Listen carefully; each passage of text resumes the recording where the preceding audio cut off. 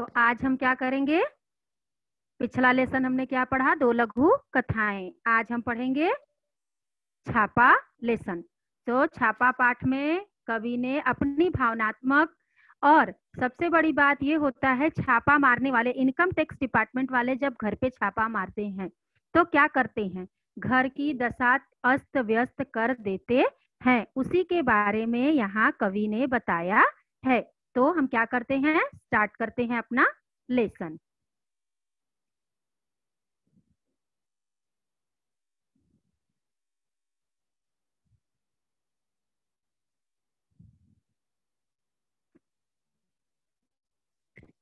Lesson number 4, दूसरी इकाई। Lesson number पाठ क्रमांक 4, छापा। अब देखो यहाँ हम कवि का परिचय देखेंगे। छापा किसने लिखा है? ओम प्रकाश आदित्य जी ने लिखा है। जन्म इनकी 1936 गुरुग्राम हरियाणा में हुआ था। मृत्यु इनकी 2009। अब देखो 1936 में ये पैदा हुए थे और 2009 में ये मरे। भोपाल मध्य प्रदेश में इनकी मृत्यु हुई थी। परिचय। ओम प्रकाश आदित्य हिंदी की वाचिक परंपरा में हास्य व्यंग के शिखर पुरुष होने के साथ साथ छंद शास्त्र तथा काव्य की गहनतम संवेदना के पारखी थे। अब ये कैसे थे? हास्य व्यंग के क्या करते? शिखर पुरुष। शिखर यानी सबसे ऊंची चोटी, पर्वत शिखर की जो होती है ना, शिखर मतलब सबसे ऊपर, तो ये हास्य व्यंग में सबसे ऊपर थे। और छंद शास्त्र, छंद यानी जो अपना दोहा चौपाई ये सब होता है ना, उसको बोलते हैं। तो इसमें भी उन्होंने क्या किया था? गहनतम संवेदना के पारखी थे। इंसान के अंदर की संवेदना को क्या करते थे? उजागर करते थे। किसमें? अपने काव्य शास्त्रों में। आप हिंदी कवि सम्मेलनों में हास्य व्यंग के पुरोधा रहे हैं। ये क्या रहे हैं? हास्य और व्यंग में सबसे आगे रहे हैं। प्रमुख कृतियां, इधर भी गधे हैं उधर भी गधे हैं, मॉडर्न शादी, गौरी बैठी छत पर, काव्य संग्रह आदि। अब हम जो इस पद्य में पढ़ने जा रहे हैं, जो इस पाठ का अध्ययन हम करेंगे, उसके बारे में हम देखते हैं। प्रस्तुत हास्य व्यंग कविता में कवि ने आयकर विभाग के छापे के माध्यम से आम आदमी की आर्थिक स्थिति, छापा मारने वालों की कार्य प्रणाली को दर्शाया है। अब यहाँ क्या किया है कवि ने? हास्य व्यंग के माध्यम से जब इनकम टैक्स, आयकर मतलब इनकम टैक्स डिपार्टमेंट वाले आते हैं घर पे, रेड पड़ती है ना, तो आम आदमी के घर पे क्या मिलेगा उनको? किसी के भी कहने से, कुछ भी कहने से थोड़ी हो जाता है। तो आम मिडिल क्लास इंसान या नीचे के क्लास जो बहुत पैसे वाले हैं, उनके घर अगर छापा मारो तो शायद कुछ मिले भी। तो आम आदमी के घर पे छापा अगर पड़ जाता है तो उसकी क्या दशा होती है, इसी को कवि ने हास्य व्यंग के माध्यम से हमारे सामने प्रस्तुत करने का प्रयत्न किया है। शब्दार्थ। रोष, रोष यानी गुस्सा आना। अर्जित मतलब कमाया हुआ, अपने पास रखा हुआ। अर्थ, पैसा, धन। कनस्तर, टीन का पीपा। टीन के डब्बे सबके पास घर में, सबके घर पे होते हैं। कनस्टर डब्बा क्या होते हैं? उसमें ढक्कन लगा हुआ रहता है और उसमें कड़ी भी लगी हुई रहती है, जिसको हम क्या करते हैं? बंद अच्छी तरीके से कर सकते हैं। तख्त, लकड़ी की बड़ी चौकी जिसपे लोग बैठते हैं, सोते हैं, उसको बोलते हैं। अब यहाँ से हम क्या करेंगे? अपने पाठ का शुरुआत करेंगे। मेरे घर छापा पड़ा, छोटा नहीं बहुत बड़ा, वे आए घर में घुसे और बोले सोना कहाँ है। मैंने कहा मेरी आंखों में है, कई रात से सोया हूँ, नहीं सोया हूँ।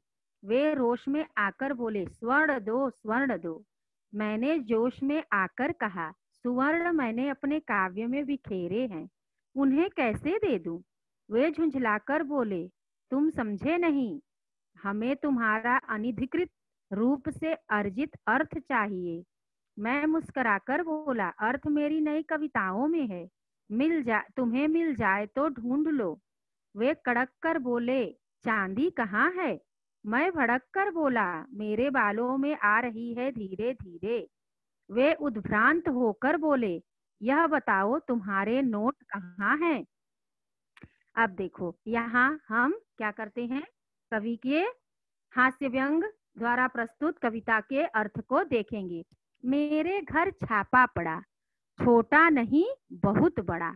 अब यहाँ कवि कह रहे हैं कि मेरे घर पे, हम जैसे आम आदमियों के घर पे भी छापा पड़ता है। मेरे घर इनकम टैक्स वाले आए, छापा डाल दिया, छापा पड़ा, छोटा नहीं था बहुत बड़ा छापा था। तो उन्होंने मुझसे क्या पूछा, आयकर विभाग वाले चोरी करने वाले को नाजायज ढंग से, जो नाजायज ढंग से ब्लैक मनी जिसको बोलते हैं ना, क्या करते हैं, संपत्ति जब अर्जित कर लेते हैं तो कार्यालय पर छापा मार, उनके घरों पर सब जगह पे छापा मार लेते हैं और बहुत सारी वस्तुओं को वो क्या करते हैं, लेकर जाते हैं। तो यहाँ कवि ने कहा है कि मेरे घर पे भी आयकर विभाग वाले छापा मारे और छापा पड़ा, आए, वह भी कोई छोटा मोटा नहीं, बहुत बड़ा छापा पड़ा। अधिकारी घर पे आकर मुझसे पूछताछ कर रहे हैं। वे आए, घर में आए, घुसे और बोले, सोना कहाँ है। वे सीधे मेरे घर में आकर घुसकर पूछने लगे, सोना कहाँ रखा है। कवि उन्हें जवाब देते हैं, सोना वह तो मेरी आंखों में है, मैं कई रात से सोया नहीं हूँ। अब देखो यहाँ कवि ने सोना का दो अर्थ बताया है।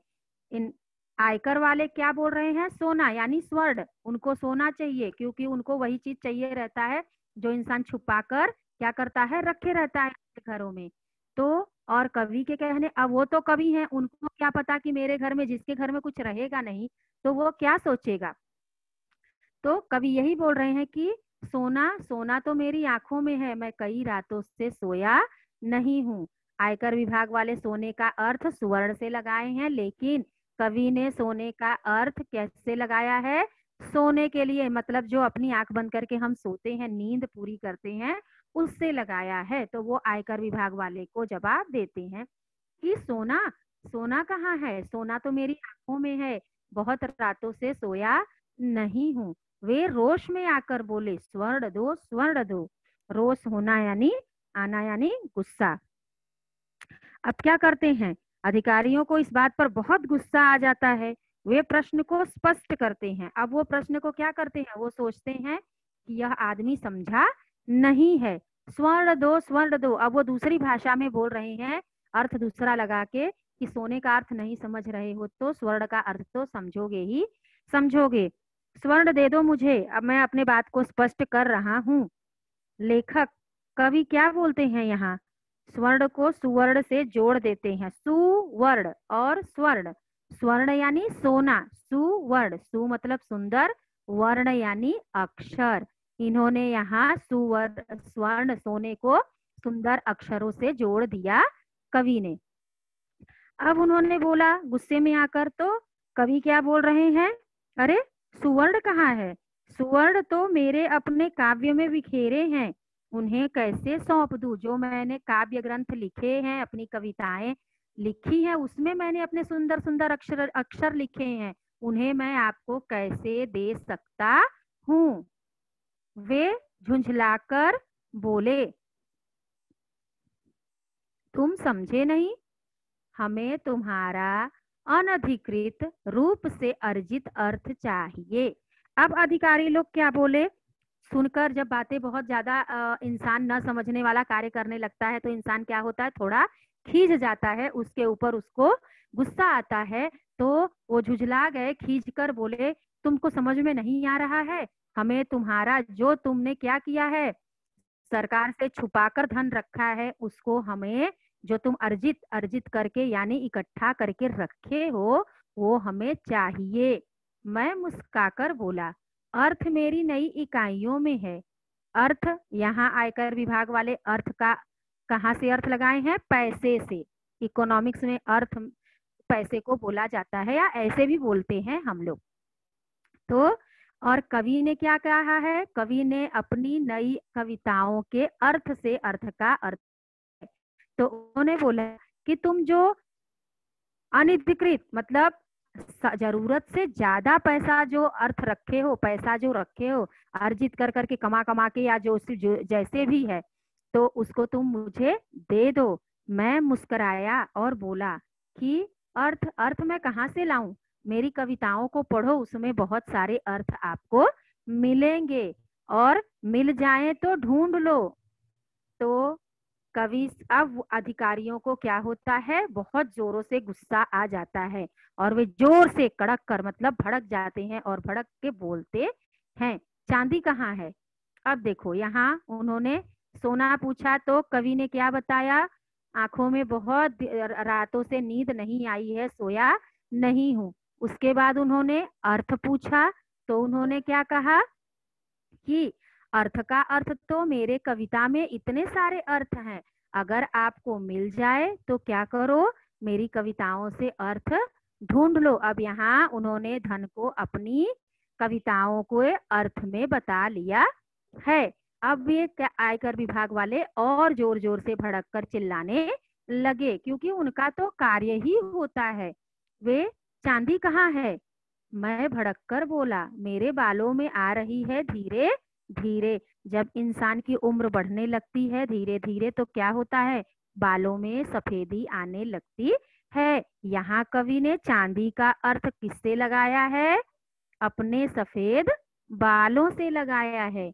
वे कड़क कर, जब वो कड़क बहुत ज्यादा कड़क हो गए तो कवि भी भड़क पड़े, भड़क कर बोले, अरे मैं चांदी कहाँ से ला कर दूं तुमको, ये तो मेरे बालों में है जो धीरे धीरे आ रही है अभी, तो आपको चांदी कहाँ से लाऊं और कहाँ से दूं? वे उद्भ्रांत होकर बोले, यह बताओ तुम्हारे नोट कहाँ हैं? अब यहाँ नोट उन्होंने किससे लगाया है? जो कागज के पैसे होते हैं, नोट होते हैं, आयकर विभाग वाले वो पूछ रहे हैं कि तुम्हारे पास नोट है, यह मुझे अब तुम क्या करो, बताओ। तो कवि क्या कहते हैं, जोर जोर से चिल्लाकर पूछते हैं, अब तुम्हारे पास नोट जो है वो मुझे क्या करो, बता दो।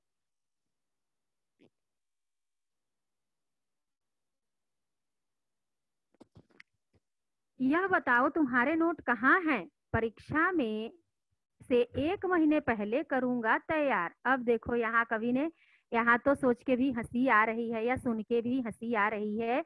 क्यों? क्योंकि वो जोरों जोरों से चिल्ला रहे हैं और उनकी बात को कवि क्या कर रहे हैं, अपनी रचना के माध्यम से अच्छा उत्तर दे रहे हैं, और वो लोग क्या हो रहे हैं, और भी उनको रोष यानी गुस्सा आ रहा है। लेकिन कवि क्या कर रहे हैं, अपनी तरफ से उनका अच्छे से उत्तर दे रहे हैं। अब देखो नोट पूछ रहे हैं, नोट यानी जो अपना पैसा कागज का नोट होता है, वह बताओ तुम्हारे नोट कहाँ हैं?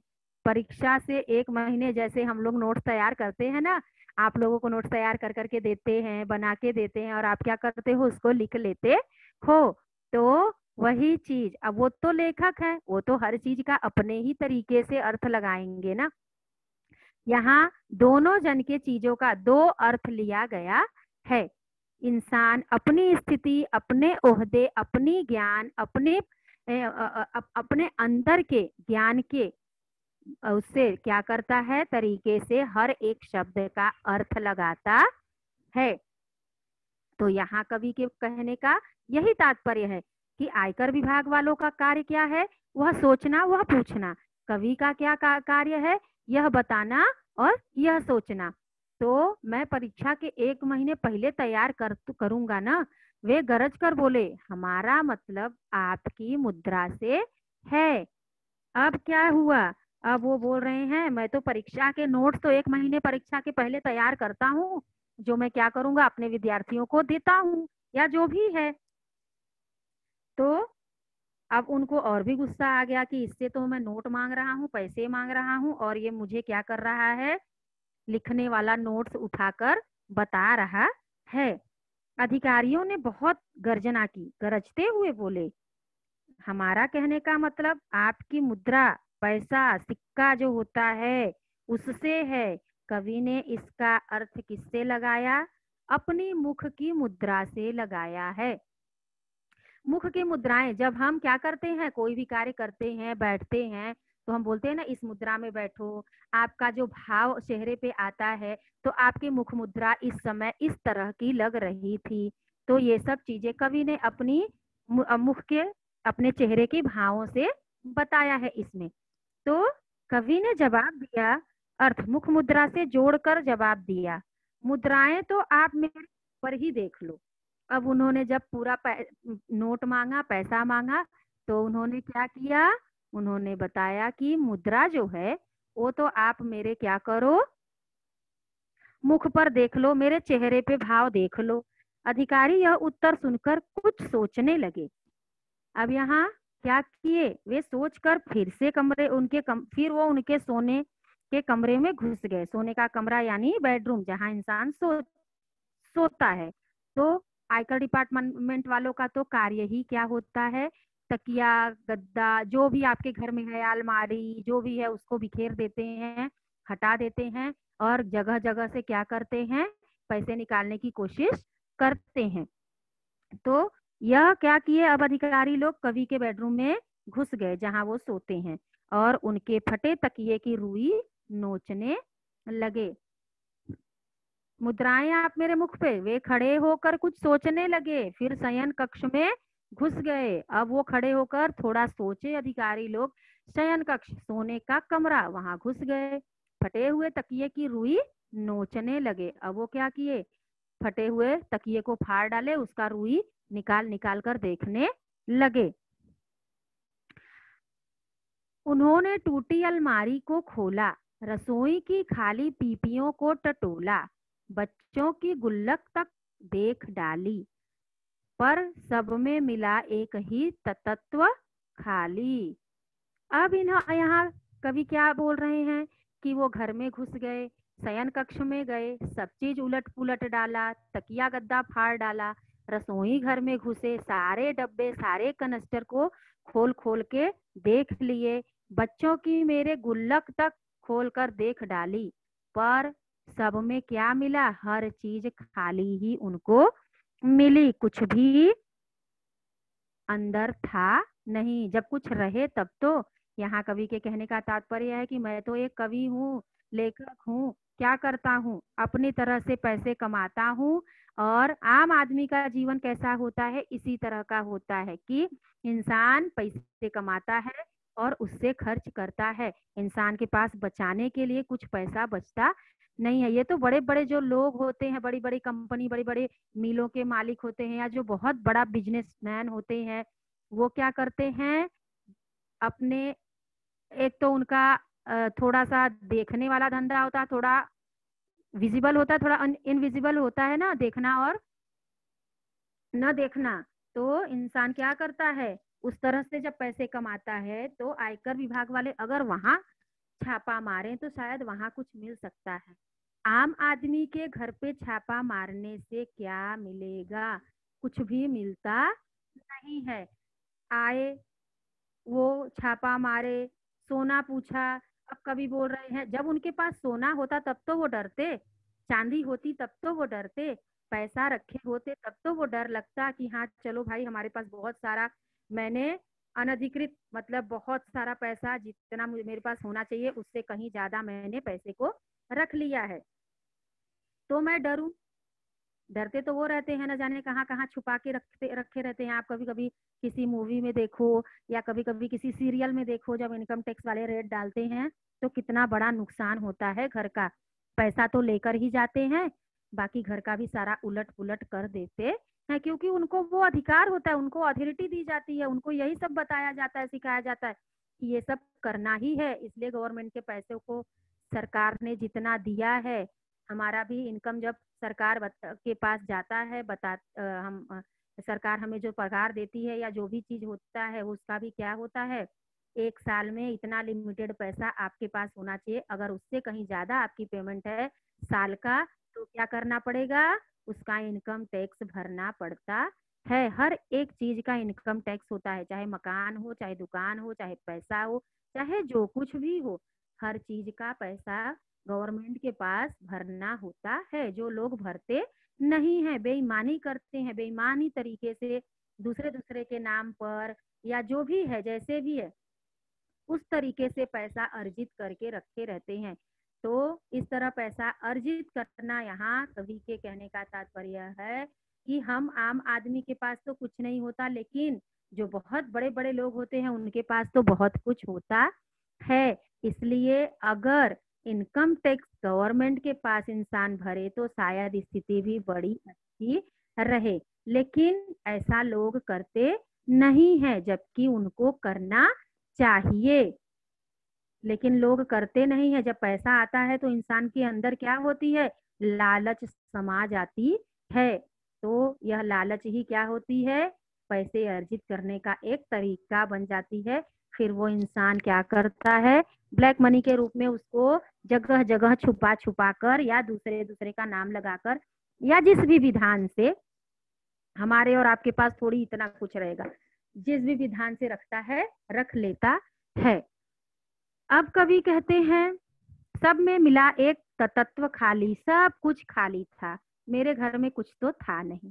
कनस्तरों को मटकों को ढूंढा, सब में मिला शून्य ब्रह्मांड, जहाँ कुछ भी नहीं था, ब्रह्मांड एकदम शून्य था, कुछ भी सब खाली था।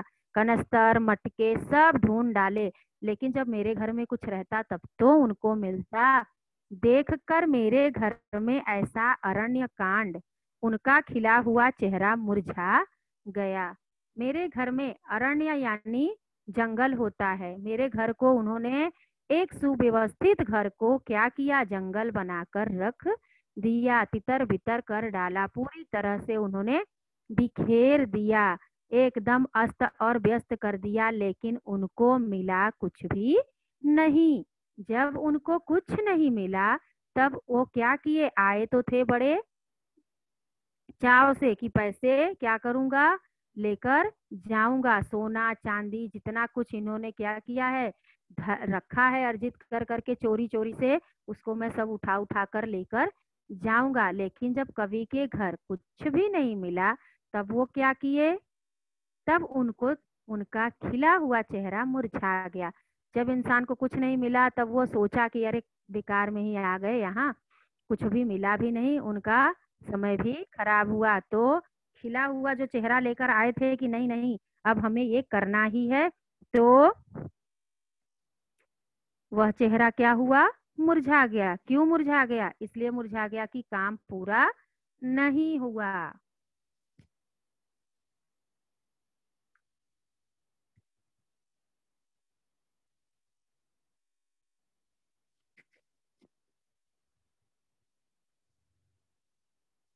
इतना सबको अच्छे से समझा?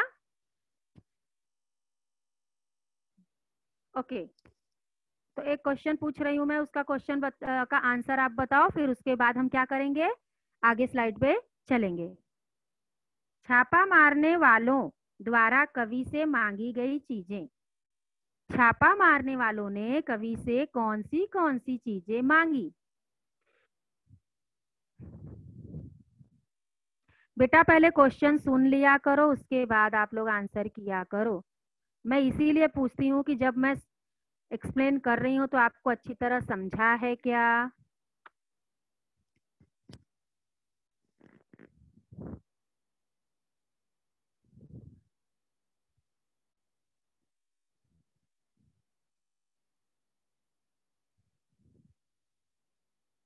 Okay, very good.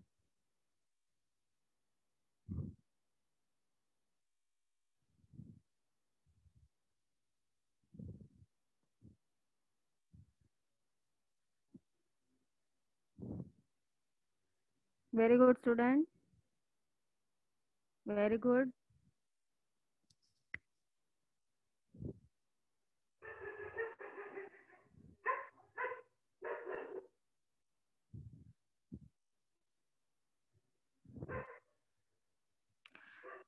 कवि ने सुवर्ण कहाँ बिखेरे हैं, कवि ने सुवर्ण कहाँ बिखेरे हैं, इस क्वेश्चन का आंसर दो। उसके बाद हम क्या करते हैं, स्टार्ट करते हैं फिर से।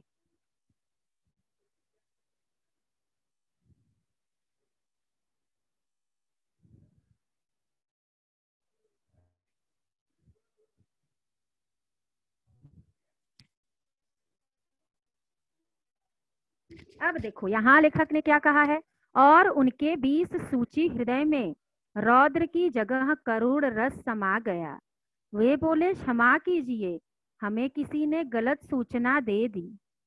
अपनी असफलता पर वे मन ही मन पछताने लगे, सिर झुकाकर वापस जाने लगे।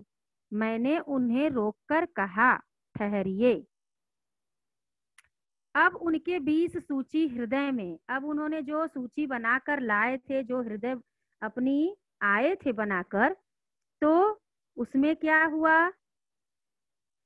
उसमें उन्हें मतलब एक रौद्र रस होता है, रस व्याकरण में अपनी रस की परिभाषा और उदाहरण दिए हैं। ये आपके लिए अभी नहीं है, आप 12th में जब जाओगे, 11 12th में है। तो रस 8 प्रकार के होते हैं। जैसे आपका विराम चिन्ह होता है, उसी तरह से आपके रस भी होते हैं।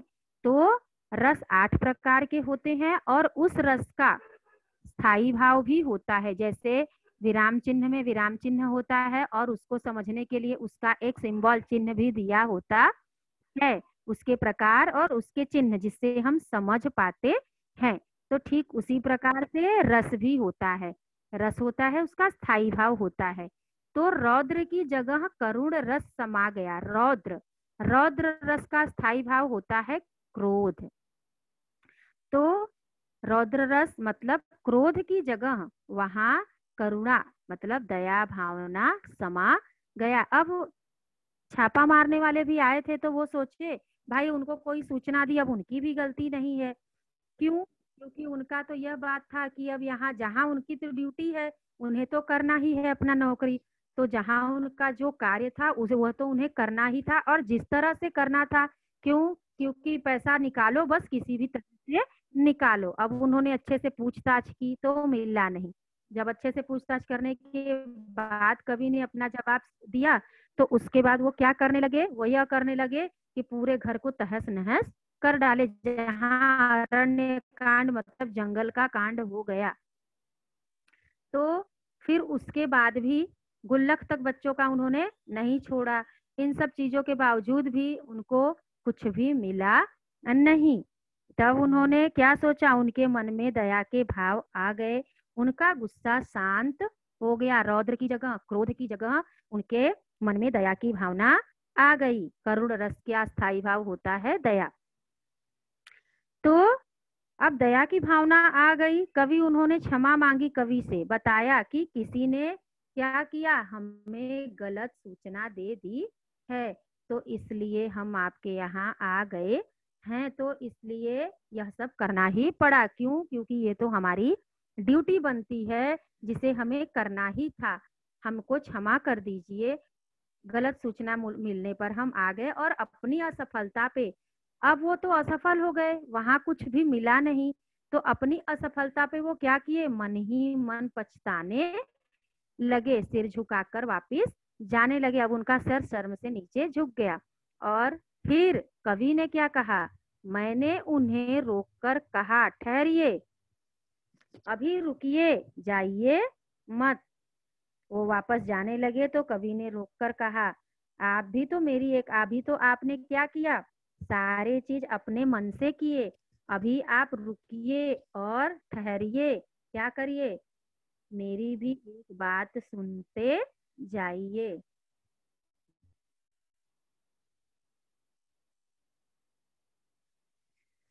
सिर मत धुनिए, मेरी एक बात सुनिए, मेरे घर में अधिक धन होता तो आप ले जाते।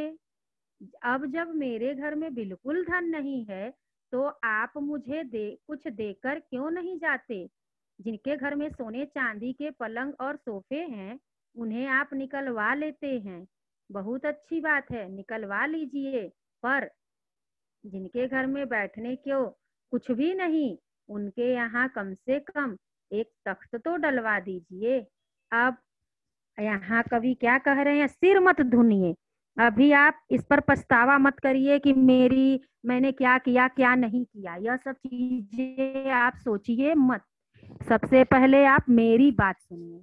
मेरे घर में अधिक धन होता, अगर मैंने बिना मतलब के कमा कर अधिक धन अर्जित करके रखा होता, तो शायद आप क्या करते, आप लेकर चले जाते और मुझसे पूछते भी नहीं। तो अब आप जब मेरे घर आए हो, आपको कुछ भी नहीं मिला, एक भी पैसे धन नहीं है मेरे घर पे, तो अगर आप लेकर जाने का अधिकार रखते हो तो मुझे देकर जाने का अधिकार क्यों नहीं रखते हो। जिसके घर पे बहुत सारी संपत्ति मिलती है, आपको सूचना मिलती है, तो आप उसका क्या करते हो। इंसान चाहे अधिकृत धन कमाए चाहे अनधिकृत धन कमाए, अनधिकृत जिसके पार अधिकार न मिला हो उससे भी कहीं ज्यादा पैसा रखे तो वो मेहनत से ही कमा के रखता है ना। तो आप क्या करते हो, उसको उठा ले जाते हो। तो अभी आपको मेरे घर पे कुछ नहीं मिला, अब आपको क्या करना है, आपको मुझे कुछ देकर ही जाना होगा। पैसे वालों के घर छापा मारते हो तो पैसा ले जाते हो, मेरे घर पे भी मारते तो मेरे घर से भी ले जाते। लेकिन जब मेरे घर पे आपको कुछ भी नहीं मिला है तो आप अब मुझे कुछ देकर जाओ। कुछ देकर क्यों नहीं जाते हो, आपका भी अधिकार बनता है ना ये चीज। जिसके घर में सोने चांदी के पलंग हैं, सोफे हैं, उसे आप क्या करते हो, निकलवा लेते हो। किस तरह से निकलवा लेते हो, क्यों, इनकम टैक्स का काम होता है। जहां जो भी चीजें हैं उसको फाड़ के नोच के तोड़ फोड़ करके सीलिंग तक तोड़ डालते हैं, दीवार तक तोड़ डालते हैं, अलमारियां जो भी है कर लेते हैं। तो आप क्या करते हो, जबरदस्ती आप हर चीज को निकलवा कर लेकर चले जाते हो। बहुत अच्छी बात है, निकलवा लीजिए, पर जिनके घर में बैठने को कुछ भी नहीं उनके यहाँ कम से कम एक तख्त तो डलवा दीजिए। अब आप सोने चांदी के जो बड़े बड़े लोग होते हैं, जिसके घर पे सोने चांदी के बर्तन, सोने चांदी के सोफे होते हैं, यहाँ कवि के कहने का तात्पर्य यह है कि जिसके घर में बहुत सारी संपत्ति भरी हुई होती है उसका तो आप क्या करते हो, जबरदस्ती निकाल लेते हो। लेकिन यह बहुत अच्छी बात है, आप करो जो आपको करना है। लेकिन मेरे घर में तो आपको कुछ भी नहीं मिला, और मेरे जैसे ना जाने कितने लोग ऐसे होंगे जिसको आप क्या करते हो, परेशान करते हो। तो मेरे घर में आपको कुछ भी नहीं मिला, तो इससे आपको क्या करना है, अब आपको यह करना है कि मेरे घर में तो बैठने के लिए भी कुछ भी नहीं है। तो मेरे घर के जैसे बहुत लोगों की हालत होती है, तो उनके घर कम से कम अगर आपको कुछ नहीं मिलता तो आप एक तख्त, मतलब तख्त यानी हमने पहले ही देखा था शब्दार्थ में, बैठने के लिए लकड़ी की चौकी, तो आप वहां जिसके घर कुछ भी बैठने के लिए नहीं है एक तख्त तो डलवा ही सकते हो। यहाँ कवि के कहने का तात्पर्य यह है कि अगर आपको यह अधिकार दिया गया है कि आप घर से पैसे निकाल लो, तो आपको यह भी अधिकार होना चाहिए कि आप कम से कम जिसके पास कुछ भी नहीं है उसे कुछ देकर जाओ। बैठने तक की जगह नहीं है, सोफे नहीं है, पलंग नहीं है, तो लकड़ी की चौकी तो एक दे ही सकते हो। ऐसा हो सकता है क्या, ऐसा नहीं हो सकता। ऐसा इसलिए नहीं हो सकता कि सबका अपना अपना नौकरी होता है, अपना अपना कार्य होता है, वह उनको करना ही पड़ता है। तो छापा का अर्थ इस तरह से हमने देखा कि आयकर विभाग वाले क्या करते हैं, छापा मारते हैं किसके घर, एक कवि के घर। कवि से पूछते हैं सोना कहाँ है बताओ, कवि बताते हैं सोना नहीं, मैं तो कई रातों से सोया ही नहीं हूँ। सोने का अर्थ वो सोने सोते वाले सोने से ले लेते हैं। उसके बाद वो बोलते हैं सुवर्ण कहाँ है, तो सुवर्ण कहाँ, सुवर्ण तो मैंने अपने काव्य में बिखेरे हैं, सुंदर सुंदर अक्षर मैंने लिखा है, उसको आप क्या करो, अगर चाहिए तो मेरे काव्य पढ़ो और ले लो। अब मैं क्या कर सकता हूँ, फिर पूछते हैं चांदी कहाँ है, तो चांदी तो मेरे बालों में आ रही है, सफेदी तो मेरे धीरे धीरे बालों में आ रही है, अब उसको मैं आपको कैसे दे सकता हूँ, नोट दो। नोट तो मैं क्या करता हूँ, 1 महीने पहले परीक्षा के तैयार करता हूँ, तो नोट आपको कहाँ से दे दूं, अभी अभी तो मेरे पास कुछ भी नहीं है। इतना सुनकर अधिकारियों को गुस्सा आता है। अधिकारी लोग क्या करते हैं, इन सब चीजों से गुस्सा गुस्सा हो जाते हैं और घर को तहस नहस कर डालते हैं। घर को तहस नहस करने के बाद भी कुछ भी मिलता नहीं है, तो शर्म से मुंडी नीचे झुक जाती है। तब कवि को कहने का मौका मिल जाता है। कवि बोलते हैं रुकिए, आप अभी तक तो अपने मनमानी कर लिए, अब मेरे मन की भी सुनिए। जब मेरे घर पे धन होता, संपत्ति होती, तब आप क्या करते, तब आप उसको लेकर जाते। हाँ, अब मेरे पास कुछ भी नहीं है तो आपको देकर क्यों नहीं जाते हो। ऐसे ना जाने कितने लोग होते हैं जिसके पास कुछ भी नहीं है और आप आकर क्या करते हो, उसके घर को भी तहस नहस कर डालते हो। ऐसा होना चाहिए, ऐसा नहीं होना चाहिए। तो जिसके घर सोफे के, चांदी के सोने के सोफे हैं, मतलब कहने का यहाँ जो बहुत बड़े बड़े लोग हैं उनसे तो आप पैसे निकलवाते हो, लेकिन जिसके पास कुछ भी नहीं है उसके यहाँ कम से कम एक लकड़ी की चौकी तो रखवा दीजिए, इंसान बैठ तो सकेगा। लकड़ी की चौकी रखने का तात्पर्य यह है कि अगर आपको अधिकार है कि पैसे लेकर जा सकते हो हमारे, तो आप जिसके पास नहीं है उसको देकर भी जा सकते हो। ऐसा करना चाहिए आपको। यह था हमारे कविता का पूरे पाठ का अर्थ। सबको अच्छी तरह से समझ गया?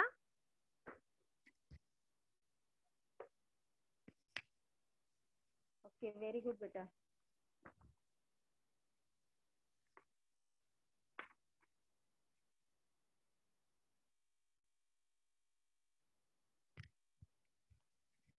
ओके,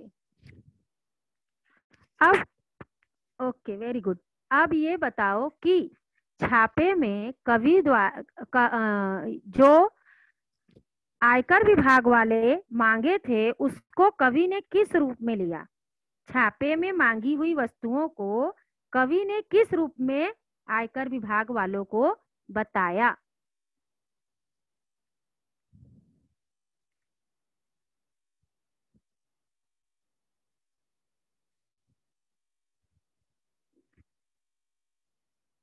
बताओ, चैटिंग बॉक्स के थ्रू। आपको पता है ना कैसे आंसर करना है?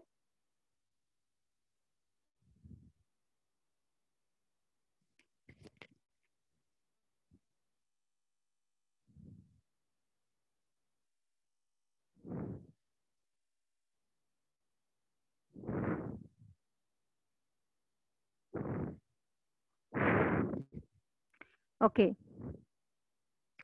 सोने को उन्होंने आंखों में नींद के माध्यम से लिया। सुवर्ण को अपने कविता के सुंदर अक्षरों में लिया। चांदी को उन्होंने अपने बालों की सफेदी से लिया। और नोट को उन्होंने अपने नोट से लिया जो वो लिखते थे। समझा? अर्थ को उन्होंने अपने कविताओं की अर्थ से लिया। ये सब चीजें ले कवि ने क्या किया है, आयकर विभाग वालों को जवाब दिया।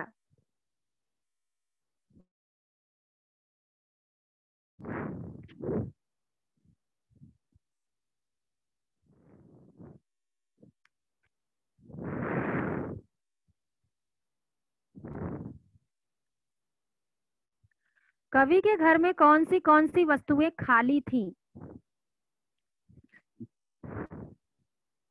कवि के घर में कौन सी वस्तुएं खाली थी?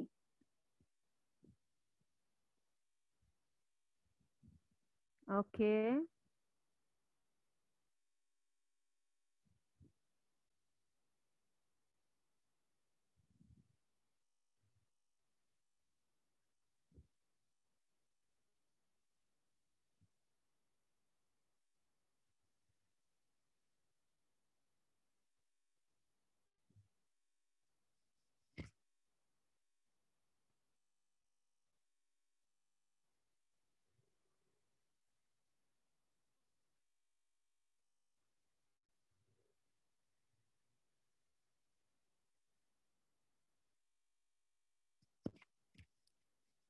रसोई की पीपियां, कनस्तर और मटके, अलमारी और बच्चों का गुल्लक, ये सारी चीजें क्या थी? ये सारी चीजें खाली थी। Very good student. पद्यांश में दो रस के नाम आए हैं। कौन से रस हैं? अभी मैंने उस रस का आपको स्थाई भाव भी बताया। आपके पद्यांश में दो रसों के नाम आए हैं। Okay, very good.